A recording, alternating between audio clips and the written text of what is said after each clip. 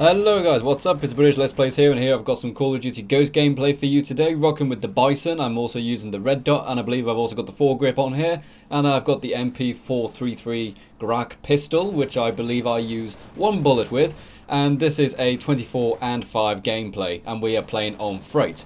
So, I actually really like the Bison. I've talked about it before, but I believe the Bison is now probably my favourite weapon in Call of Duty Ghosts, next to the Remington R5, which I'll use in most of the kind of medium to long range maps. But for the close quarter ones, give me that Bison and I'll tear some stuff up.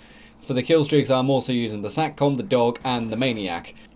Kind of a cool thing as well, today I ordered a new gaming mouse. I forget the brand and everything, it's quite a small brand, but it is a cool gaming mouse, and I believe it's got like 5, maybe 7 programmable buttons on it, and it's got a DPI 5000, which isn't incredible, but you know what, it's better than just a regular standard Logitech wireless mouse, which I'm using right now. And the main reason I want it is because I want the programmable buttons. I figure if I could program one of the buttons to be prone, then I could be drop-shotting people with so much ease, and it actually will increase my overall scores. I hope. That should arrive tomorrow.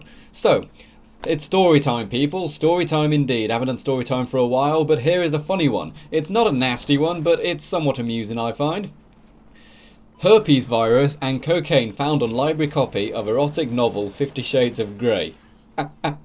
Yes.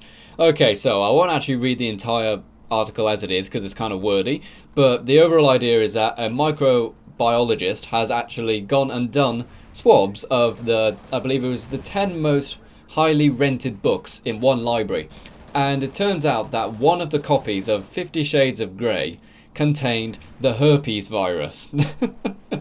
Which I find somewhat amusing. You know, I can only imagine the scenarios in which someone who had herpes could get herpes onto the book, but who knows, maybe even the book causes it. I have no idea, you know, it wouldn't surprise me. It causes lots of other tats, that's for darn sure.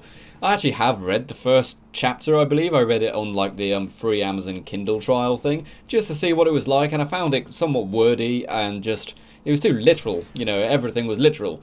So not a very well written book, but hey, you know, I'm not going to be seen reading that anyway because I'm a bloke, and blokes don't read stuff like that because then feminists yell at us. But if feminists write it and feminists read it, then for some reason it's liberating.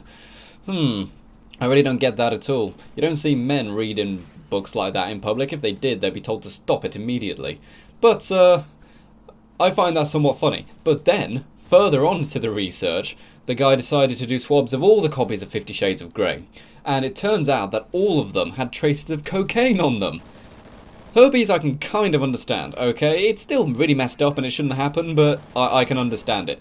But the cocaine stuff, that's a little more edgy, if you know what I mean. Because, well, look at it this way. Could you imagine if someone was, say, snorting cocaine off of a book which also happened to have herpes in it? My, that's the apocalypse waiting to happen, isn't it? You know, screw the zombies. This is what's going to end the world. It's STD books. Oh dear, oh dear.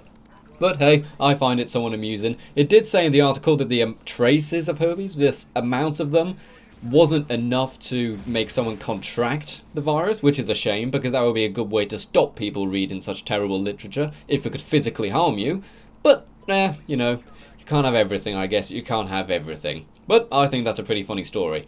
So, in other news, I have actually gone and decided that I may have to stop doing as much Ghost content because I'm starting to get a little fed up with it, frankly. I'll probably bring some more, maybe some of the older Call of Duties, or maybe some more Oblivion at some point. Because the thing about the Call of Duty Ghost content, it's that I enjoy it, but I'm kind of getting fed up with it. You know, I've been playing this game mostly, pretty much since I bought it.